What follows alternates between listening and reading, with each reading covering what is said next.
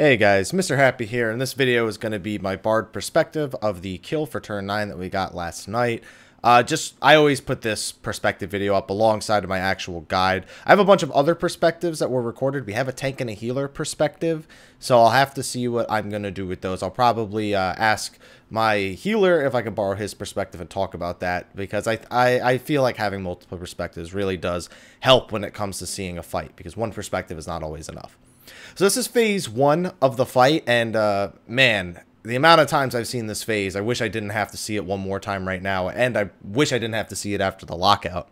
But this phase is fairly straightforward. It looks like a lot is going on, but like a lot of the fights in the game, it's fairly calm and controlled. Everything happens in a calculated manner. The biggest thing about this phase is learning how to place the meteors. There are so many different ways I've seen these meteors done between streams, between kill videos, between the way that we do it. There's just no one right way to do it. So even though you're seeing us do the meteors this way, where we have 2 that are going to be placed at 6 o'clock, 2 that are going to be placed at 2 o'clock, and 2 that are going to be placed at 10 o'clock, if you guys have your own way of doing it, don't think, oh, we have to change our way because I saw it in this video. No, if you're already getting past this phase and you're comfortable, or you're even just getting comfortable to your own strategy and it has its own merits, don't go as far as to change your meteor strategy. There's so many different ways to do it.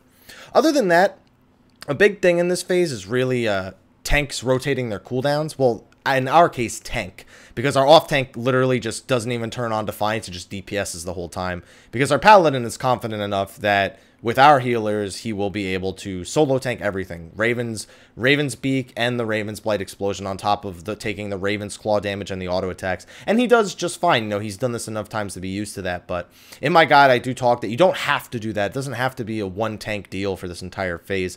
And it's probably intended similar to Death Sentence. Even though Death Sentence was intended to try and make you tank swap, I'm sure this mechanic works very similarly, where it's intended to make you tank swap, but with enough gear and with enough understanding of your damage, your defensive cooldowns, that's the word I'm looking for, it's really not necessary.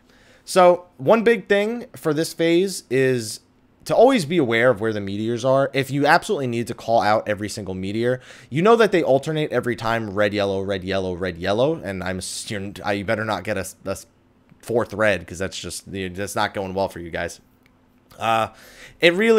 We pair them up, but in all reality, it doesn't really matter. Once you have enough experience in the next phase, it doesn't matter at all. Now, as a BRD, I, for once, have no responsibilities. I feel like this is the first time in turn 6, 7, 8, and 9 that I have absolutely no responsibilities here outside of do damage and drop meteors. It's a shared responsibility amongst everybody. And make sure I don't get hit by Lunar Dynamo. But the phase 1 goes by real quick. That was about 3 minutes of phase 1. Yeah, a little bit. I think it was about 3 minutes. Yeah. So now we're moving into phase 2.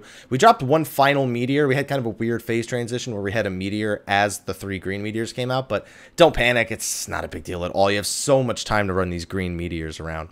And now we have the Bahamut spawns. Now there are, again, a lot of different ways of handling this. We hate green. We just hate this green golem, and we just want to take him out. I really, and I haven't liked it ever. I've never liked having our healer tank the red one. I've always felt, and I say this in my guide, that I would be best suited. And when we first were learning this fight, I was the person tanking the extra golem.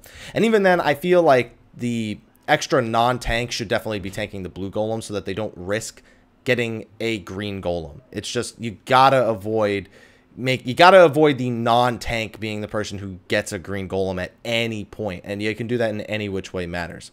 Earthen Heart went out there and it hit our tank, but wasn't really a big deal. That's the one person that's, I guess, not okay, but it's, less terrible that it hits them. It's not going to hit them nearly as hard unless there's a green golem still out at the same time. Another way of doing the golems is to know that the red golem is going to become the green golem and DPS him down to like 5% and then destroy him as soon as he switches to a green golem. That's another way of doing it. Now, dropping these meteors, this took a lot of practice, and I think there's a bug here. It says I have a yellow meteor above my head, but I swear there's a red meteor back there. I think it's a bug, because look at 6 o'clock. Tell me, that's a red meteor at 6 o'clock, and you clearly saw I had a yellow meteor, so bug fix, please. Please fix it, because that is very, very confusing to have gotten a yellow mark and have drop a red meteor. So We drop it in this pattern. Again, there's more than one way to do this. You could drop it in the exact same way you did phase 1 as long as you have a safe spot to stand for everybody. But we just drop it in such a way where it's sort of like we have 3 lines on the I guess whatever side of the arena that is, and we just drag them along their own lines and feed them. It's a lot more movement than I feel like is necessary if you have it with some other meteor strategies. But again, it's the way we learned it, and it's the way that worked for us.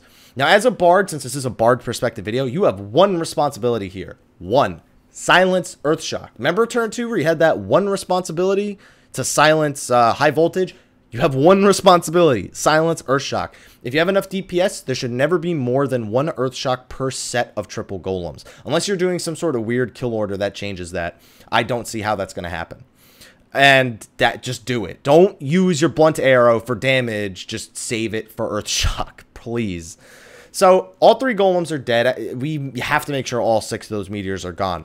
When Nail does Mega Flare, if there's any golems or meteors left, they just do the whole insta-kill thing where they explode and wipe the raid. So everybody here has a stone skin except the off-tank. That's just by accident. He probably lost it by getting hit by one of the ads or something like that. I don't know. And then we group up. I run a short ballad, and then I switch over to Foe's Requiem as soon as Dalamud Dive comes out right here. And then we just have a Cure 3 and a Sucker, and we move right into this phase. Now, again, we all group up right here, about 60%, where Garuda is, as you can see, is pretty much where Garuda and Selene are, is where we decided we needed to group up. Is that Selene or Eos? Oh, that's Eos. We used Selene before that, I know that, but regardless. And then we just, you know, quick Medica 2. Heaven's Fall doesn't do that much damage, so we could just let the regen from Medica 2 tick up. We don't need a massive amount of healing, and that's a big thing. Learning what's enough overhealing and what's too much overhealing, because they're going to have some overhealing in these phases because of things like Medica 2 and Sucker. But it can't. They're mostly just there, so you don't have to do more curing later. You know, you don't have to rush everybody's HP back to 100% in most situations. It's okay to have them take maybe 10 or 15 seconds, just tick up via a regen or a Medica 2 of some sorts. Now here we are with the Garrote twists and the cleansing. There's a lot of movement involved here. What I do here is as soon as that ad dies, I go to where that B mark is right behind the boss, and I position myself in such a way that I'll be able to survive Heaven's Fall. And that way, if I need to move over to the cleansing areas to get rid of Garrote Twist, it's just a few steps, and then I can get right back to make sure I don't get killed by Heaven's Fall. Also, your off-tank's not supposed to eat those, but I guess in this case, because it was really hindering our melee DPS, it was okay. Still, wouldn't recommend doing it. So, regardless, we have the second ad coming down. Now, this is the tricky part. This part took a lot of time to figure out exactly how, you know, everyone's trying to figure out, oh, if I get this many procs, how long is it going to take? And what you basically need to do here is you need to kill this dragon before Binding Chain finishes, and you need to push the boss into the next phase at the same time. You absolutely do not want to get the Heaven's Fall here. So, as you can see, we just finished the push right there. You see me constantly switching back and forth. I pretty much save all my offensives as a bard for this second ad. I can put a lot of damage on the ad when it first spawns, as long as I use Quelling Strikes, and I can always switch back and forth to get some barrage auto attacks or to get a Bloodletter or a heavy shot on the boss to make sure that it pushes. Now, this final phase is, as a bard, I'm calling everything out, but there are a lot of responsibilities that need to go around here. You need to have somebody calling out fires and thunderstrucks, which I am doing both of. We actually have our scholar looking around the arena and looking where the dragons are and using his best judgment to place the A mark and the B mark. As you can see, there's the A mark right there. The B mark is on the other side of the arena. Now, this is Thermionic Beam and Supernovas. This is always an interesting thing. It takes a lot of practice to get dodging those, not walking into the Thunderstruck person, and then collapsing all in the middle for Thermionic Beam all at the same time. It's just something that comes with experience. I can tell you that's what you need to do, but you just need to see this phase quite a few times just to get used to it. Now, the ever lovely dive bombs. Now, this first set of dive bombs we actually got was pretty lucky. I know some of you are thinking, you're probably thinking in my guide video, you did not just use sprint there. I know somebody was thinking like, you did not just use sprint. Listen, when it comes to getting your first kill on this fight, if you are not confident about the dragons and where you are standing, even if there is an A mark there, I'm not going to be able to attack the boss for a good, 300 TP worth of ticks anyway. So I was like, I just want to live. I don't care. I'll get 360 TP back, and everything will be, I guess the word okay is kind of just loosely used there, but not okay, but just I won't be dead. I'll have just as much TP alive as I will have dead. So if you're not confident, even if you're a melee, feel free to use that sprint. Just don't do what I do and use Invigorate right before you do that. That, on the other hand, is not a good idea. But anyway, moving on. The second Bahamut's Favor is pretty similar to the first. As you can see, we're doing it the exact same way with the ice going in, the fire going in. We actually had a Fire Scorched on our Black Mage over on the left-hand side there. That's why he stepped out of the group, was so he didn't get Fire Scorched again and insta-killed. I think he actually got Ice-Balled right before Fire Scorched, before the Fireball hit. But just always play it safe. And like, see, I just got Fire Scorched and an Ice Ball hit me and it took the Ice Ball off. And so, again, stacking up after the 3 Supernovas. We had one person miss it, but that's not so bad. It hurts, but, again, there's not a lot of damage. We have plenty of time before anybody else is going to take any significant damage. Only the main tank is really going to take any damage. And a single Cure 3 and maybe a Sucker on top of that is enough. Now, this is by far the most annoying part to me. The first dive bomb is okay, but this is where we have a crappy situation where the 2 dragons that are on opposite sides of the arena decided, hey, we are going to be the dragons that are grouped together. So then the dragon that's on the complete opposite side, exactly where A is, ends up being our final dragon. So I checked the first dragon, I checked the second dragon, and I was like, oh, God. And I had to run all the way around the outside. I just barely prevented us from getting wiped. And I took the death for myself. I think it was BS that I got cauterized, but I took the Dynamo, the boss healed for a little bit, and I died to cauterize, but it's better than everybody dying to cauterize, I'll tell you that much.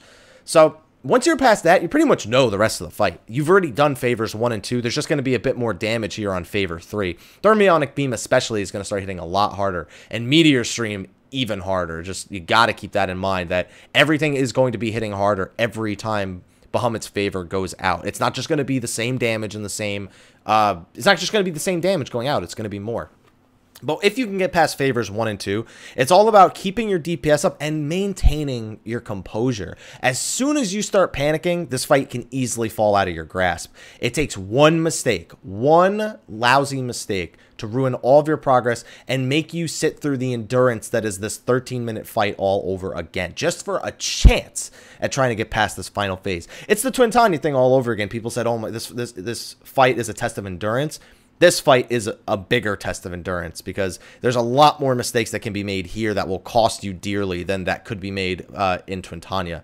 And here we go with the final set of dive bombs. I was simply amazed we only had 2 deaths in this whole attempt because I definitely feel like we made a few more mistakes that should have cost us a little bit more.